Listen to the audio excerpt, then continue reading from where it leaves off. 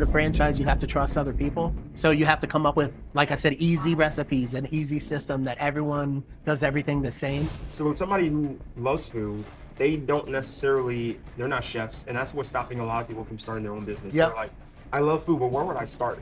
You just gotta do it. Just start. That's what people don't understand about business. You just start. You don't have to have a plan. Just start. That's where I think people fail, is like I have this idea, but I gotta do this huge thing in order to do this. You don't. I just posted on Facebook, started selling them out of my driveway. Today we're outside of Frye's Famous Crabs. It's actually one of the best crab cakes that you're gonna have in all of Virginia. He tasted it, was so good. He had his wife try it, and they decided that it was better than a lot of the competition within the area.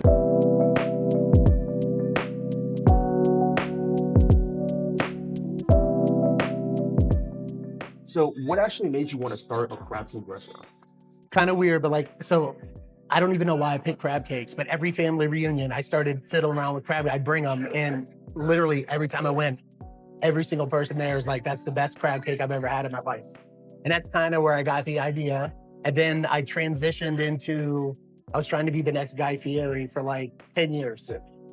So I was traveling the East Coast filming at different restaurants. Well, I filmed a G&M restaurant in Baltimore who's known for, they win Best of Baltimore almost every single year.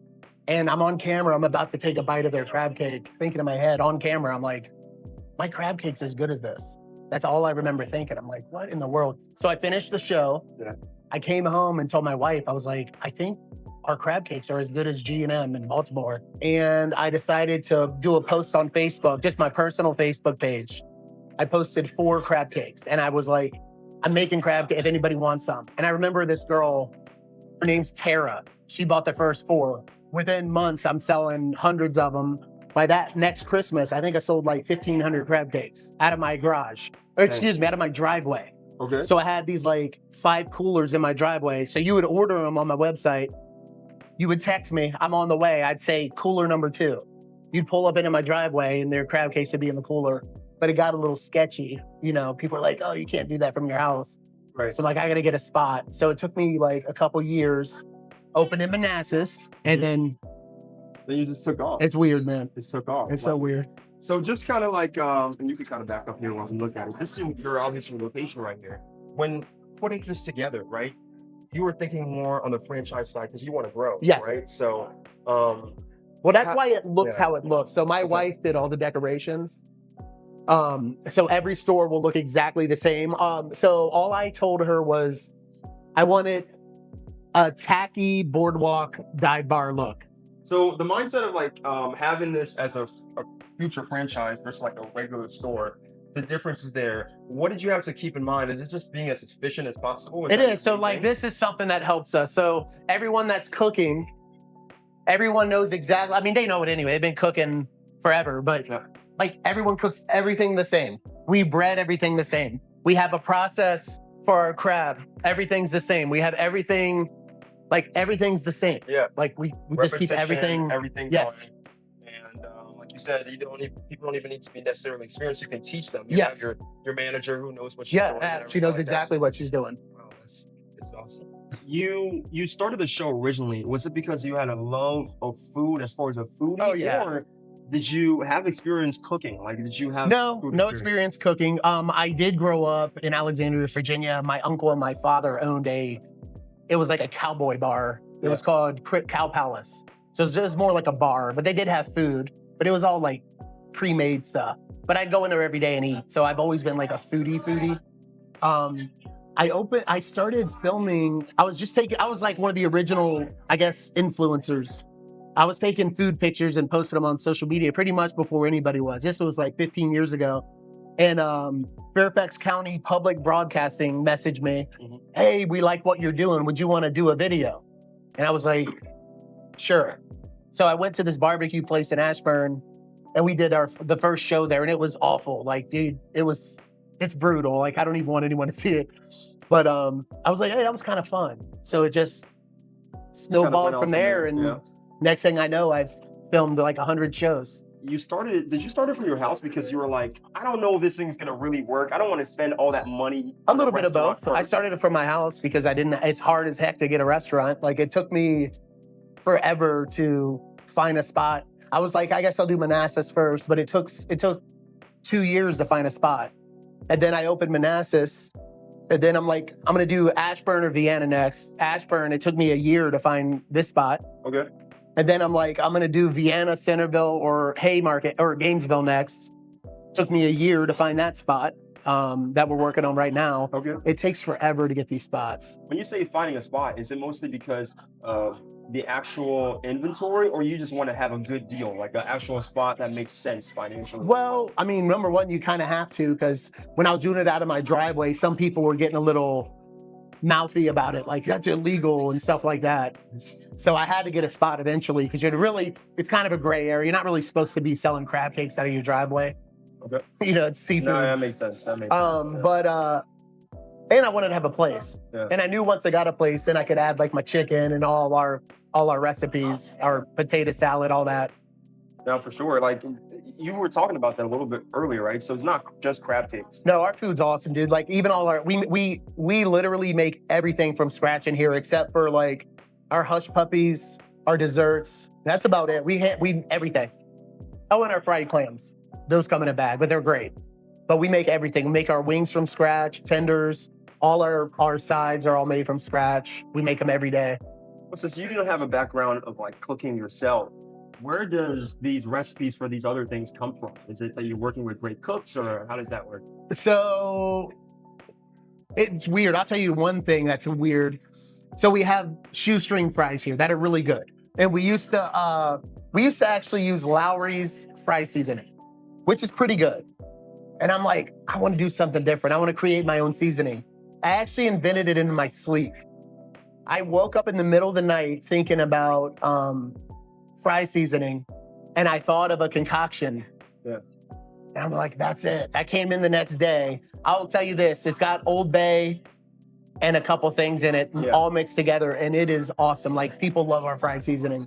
The other ones, I kind of came up with a base model, and then we opened and it was good, but as the days went by, we would tweak it. Mm-hmm. And it took us about a month to get our exact recipes. But man, like our chicken wings, amazing.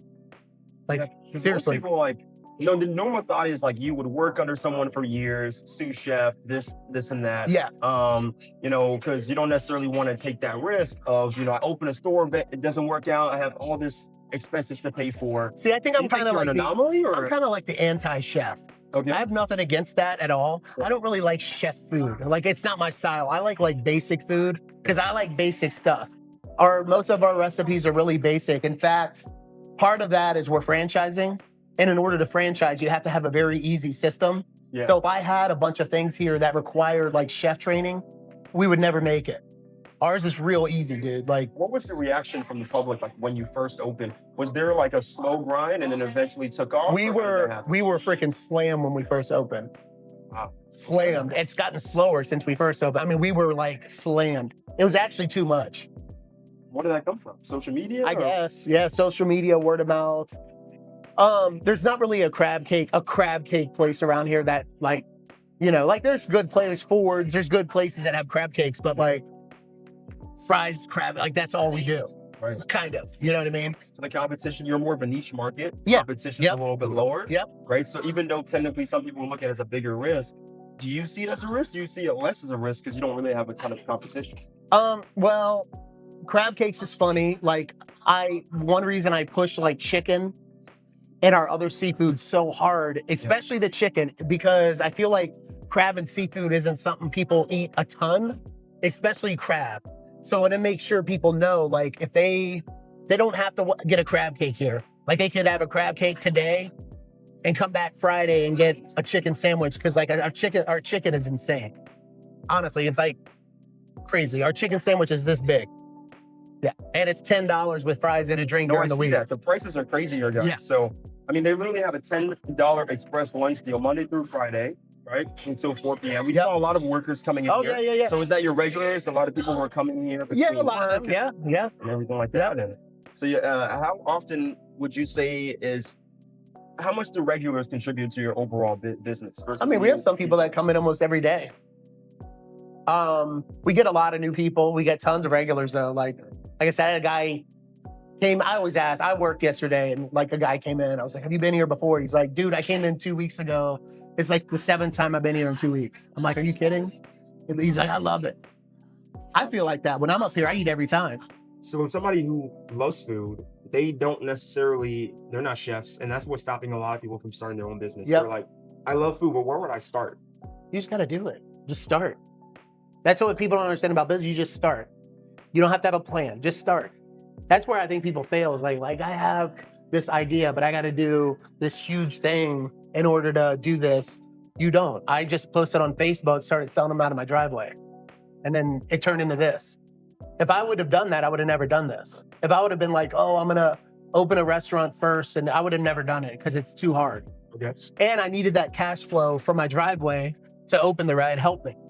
So you don't overthink things. Like when you have the idea, You do it. You don't have to do it like immediately, but like people make too big of a deal. I have a friend recently, he said, I want to do this business. I was like, oh, you should do it. Well, right now I'm in the process of writing my business plan and I'm doing this. And I said, just do it, dude. Just start doing it. What do you need a business plan for? Well, you got to do it. I'm like, no, you don't. Just do it. Well, what if I need to get money? I'm like, we'll worry about that later. Then write your business plan when you actually have a business to write a plan about.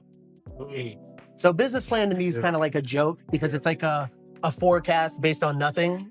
Because you don't even know. Like if I'd have done one for here, I don't know if 50 people a day are coming or 1,000. How would I know? And I'm going to do a business plan based on what? A theory? So I'm just the guy, just do it. And I think if more people just did things, they'd be like, oh, damn, it wasn't that hard. Like everyone's like, oh, the restaurant business is the hardest thing in the world. It's not.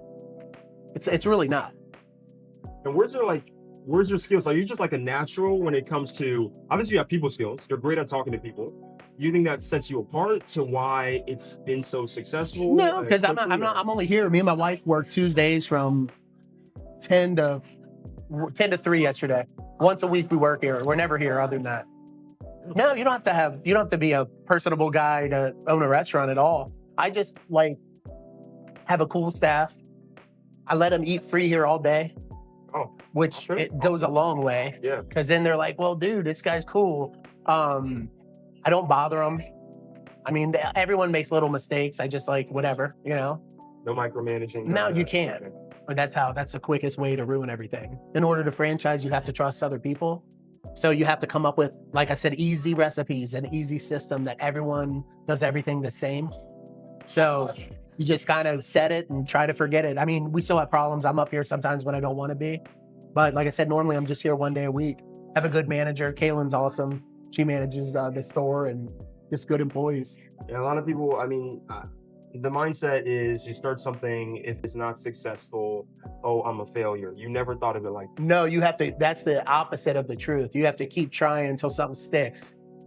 You might try 10 things and you just, hopefully it's the first one, but unfortunately it's normally not. You just got to keep going for it and don't quit. That's the key. So what would you say to somebody who's in their 30s, maybe even their 40s, they don't love the career that they're in right now, and they think they just want to start something new? Is this too late, or can they still I actually think that's better. Okay. Because you're probably more financially ready. You probably have good credit at that point. So when I started, my credit, dude, it was a joke. Literally, I'm not kidding. I think my credit score was a 520. No one would give me crap when I'm on Power One, but it was my fault because I was a weirdo back then. But 30, 40, I think you're ready, more ready than you are when you're younger. More stable. Oh yeah, I think that's the time actually. Yeah. And, but some people have kids, right? And then they have wife, they have responsibilities. Well, it doesn't mean you have to quit your job. Okay. I would say, so if I had started this, let's say I'm 40, I work for the government. Yeah. I hate my job. Oh, but I love crab cakes.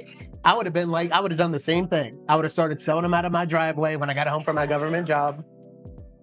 I'd be looking at my checks. All right, my government, I make this, crab cakes. As soon as it was here, I'd still keep both. Okay. As soon as it started creeping, yeah, this one would go away and I'd focus on crab cakes. That's how I would do it. Yeah, I got my first loan about a year and a half in. Yeah. Through SBA. They were luckily gave me about $50,000. For business? Yeah, okay. For a business. So they gave me about $50,000 loan. Yep. 7.5 interest rate at that point. It's not that bad on a business loan. Which is not bad at all. On a business loan, that's not bad. Yeah, on the business side. So, are you? At what point this, even if you're generating money, you're coming in, you still have all these expenses. Maybe you're paying yourself back from the first year of business. So are you thinking like after a year or two, maybe they get a loan, and then is at that point do they quit their job, or what would you recommend? Just start, like I said, keep your job, Yeah. start doing what you're passionate about on the side, and you'll know. Actually, there is no like, you just know. You just know. Like if you're doing a power washing, let's say I want to start power washing. Well, if all of a sudden I have consistent work all the time, well, maybe that means, hey, I don't need this other job anymore. I don't need to work for the government and do what I don't want to do anymore. Now I can power wash all the time because I built up a customer base. Then it's not scary either. There's no risk in it. But if you're like, I'm going to quit my government job and just start power washing, you don't know how that's going to roll. Even if you write a business plan, you don't know how that's going to roll. It might not work out like your business plan. I actually think the business plan is probably one of the dumbest things in the history of business. And I can't believe anyone that wants money like that is, you're asking a bank, they want to see your business plan. I mean, I can say anything I want in my business plan. Oh, I'm going to gross this much a day and I'm going to do that. But you don't know. And I guess they just want to see that you sat down and took the time to write it. Start thinking about it, right? Honestly. But you still wasted your time. Why don't we call it something like, I don't know, man. I don't like business plans. Well, how do you go from the garage to your first location without you didn't have a loan to get that? I didn't. I actually bought my first store. So that was my plan, to buy all my real estate. It didn't work out. My first store I did in Manassas, but I bought in a small strip, like a little, like you would be like, this is it? Like, it's weird, like where it's located. It's not in a strip mall. It's in like this business thing. But I bought it. It was like, I think I paid like $2 for it, but it was owner financing. I had to put down $75K that I had saved up from selling crab cakes out of my house because it cost me nothing to do that. So I was able to bank a bunch of cash. I put down 75 and finance. Maybe I paid 175 for it. No. Yes. It was 175. Okay. I put down 75. It was owner financing. Like the guy that owned it financed it to me. Okay. And I have like a 100,000 note. And I think I owe, I don't know, I got maybe 5. I'm halfway done, I think. Something like that. I think I bought it in 21. So you feel like it was a better deal going through him? Like financing? Well, then I didn't have to do all the nonsense paperwork. Right. He said, if you have 75 to put down, I'll carry the note. And you pay me 100,000 in payments. I think I pay like 1,200 a month or something, which is nothing for a restaurant. But I own it. It's like, say in 5 more years, I'll have no payment. Whereas this place is more expensive. But you can't really, I'd have to buy this whole strip center to buy one of these. Exactly, yeah. Because one owner owns, which is actually a good business for young people. Strip malls, they generate cash. So that 175,000 didn't include a kitchen, or did you have to? I had to build. Then I had to spend on that shop. I think I had to spend like 100,000 to build that out. Okay. And you were already ready for that. Which I had banked from selling crab cakes. You were making this crab cake money. Yeah, it was doing good. I'm telling you, it shocked everybody. It was like crazy. Like one Christmas, I think the Christmas before we opened, I don't know. I think we didn't open until 2024. So maybe I bought Manassas in 22 because it took like 2 years to open. But I think the Christmas before we opened there, I think we did like 5,000 crab cakes just on Christmas. Something just crazy. Like I was like, what? It was insane. Like I had boxes of crab everywhere, and my garage was like full. It was luckily it was cold out. Okay. Yeah. So I didn't have to worry about refrigeration. And they're packed in ice anyways, but still it was cold out. So I just was able to stack it in my garage. I mean, I think we went through like 1,000 pounds of meat. It was nuts. So, what are you guys open every day or Monday? We're just closed Sundays. Sundays. Yep.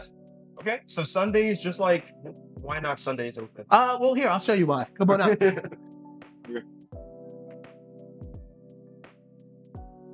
So we are a Christian-based business. Oh, okay. And I say that, but I say there's nothing wrong with being open on a Sunday, but we believe in one day off, and we just happen to choose Sunday. Like it doesn't say in the Bible it has to be Sunday, but we chose Sunday, and it's just a good break, dude. Like everyone needs a day off. You could tell us a little bit about what the lineup here is. This is our shrimp pasta salad made every day with wild caught shrimp. That actually really good. This is our potato salad. Red potatoes, dill pickles, and bacon. Make it delicious. You can try some of Hey, that. that. You said bacon. That's my name. And then coleslaw. We freshly spread this every day, making it awesome. And then this Everything we make it out. is our crabs.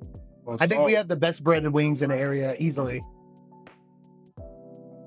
Yeah, this This is my sauce. type of food, y'all. This is the sauce that we make too. Yeah. This is a creation of mine. So the sauce, it's funny. I worked on the sauce for months, and I kept taking it out to Ashley to have her try it, my wife. And Thank you so much. Appreciate it. It's that crab cake. crab cake, Yeah. hush puppies. It's really good.